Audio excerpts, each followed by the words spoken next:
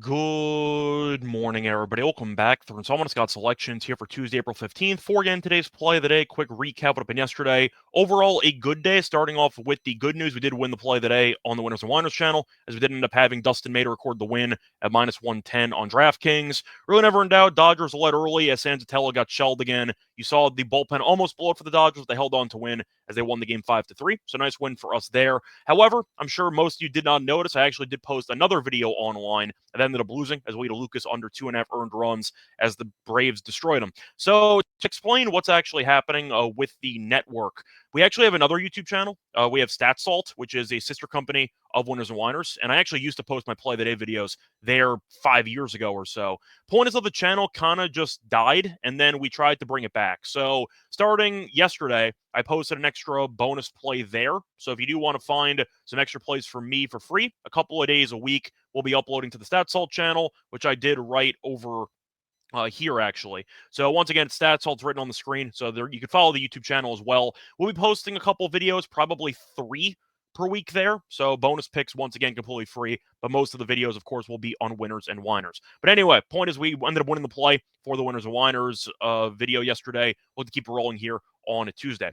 For the next play, though, quick reminder that you can find extra picks from the Winners and Whiners and StatSalt experts on the websites by using the promo code to get a discount, WEH45 to get a core purchase. Plus a reminder, hit the like button, subscribe to both YouTube channels, the Winners and Whiners and the StatSalt channel. Anyway, moving on to the actual play of the day, going to the NBA. It is play-in time for the NBA. We're going to look at the late night game between the Grizzlies and the Warriors, taking place at around 10 p.m.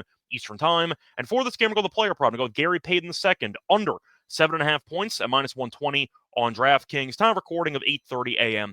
Eastern time. So Carver's going to go with the under here for Payton points. First reason, DraftKings went rogue on the points prop. Every other book has 6.5 as the number, and yet DraftKings has 7.5, so I'll gladly take it with an extra point. Now you're looking at Payton, who's not known for his offensive skill. He's more of a defensive and hustle specialist. He scored less than 5 points in 4 of his last 5 games. He's also not attempted many shots by design. He's attempted less than 5 shots in 4 of his last 5 games. Now, he did get a spike in minutes in the last game in that must-win game against the Clippers. Played 25 minutes, but I do want to point out he played every minute in overtime. So he played 20 minutes in regulation. And even with that playing time, he scored 2 points on 4 shots. Now, it is worth mentioning the rotations were kind of weird for that game because Steve Kerr gave Kuminga 0 minutes. He was a healthy scratch. So I do wonder if Kuminga plays. Will that cut into Payton's playing time? Probably. We know Memphis is a very big team with Edie, with Jaren Jackson Jr., and Golden State's pretty small. I do wonder if Kuminga will play some minutes just trying to help out on the boards because Payton II is not really going to help out in that area. So maybe we'll see Payton play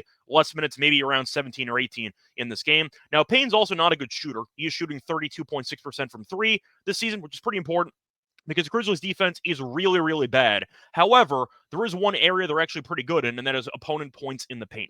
The Grizzlies are allowing the fewest points in the paint per game. Makes sense when you factor in Triple J being a former Defensive Player of the Year. You factor in Edie being a skyscraper. They have a lot of size, and I do think that's going to be able to, once again, clog up the middle and force Payton II to either shoot over the trees or to, once again, try to pass out and not shoot the ball at all. So I do think it's a bad matchup for Payton II, who gets most of his actual makes on floaters and layups, but I see the Grizzlies doing a good job of rim protection, and I think it's going to definitely force Payton II into hitting some outside shots, which I will dare him to do so. Plus, you're looking at his numbers against Memphis over the years, not good. He has scored less than 8 points against the Grizzlies in 5 straight games. So I think you're looking at a spot where Payton II might get a decent amount of minutes for his standards, probably in the high teens, low 20s. Might get less minutes if Kuminga ends up playing in this game, but he has scored less than 5 points in 4 of the last 5. Doesn't attempt many shots. He's attempted less than 5 shots in 4 of his last 5. Played a lot against the Clippers, played 25 minutes and only attempted 4 shots in the game. Scored 2 points, and the Grizzlies are very good at protecting the paint. I think it's a bad matchup for Payton II. I think he might finish with maybe 5 or so, but Golden State does not want him to shoot. Golden State wants him there to pretty much spend all his energy trying to guard Ja in this game. And I do expect Payton II to get the ball to his hands quickly, trying to get the ball into Curry's hands or Butler's hands or maybe even some backdoor cuts. But Payton II, not really known for his scoring talent, and I think that the offense is definitely built on other options for good reason. I think Payton II plays some minutes, but doesn't do much in terms of scoring. Give me the under for this number. So once again, the play today here for Tuesday, April 15th is going to be on Gary Payton II under 7.5 points at minus 120 on DraftKings. Bye, everyone.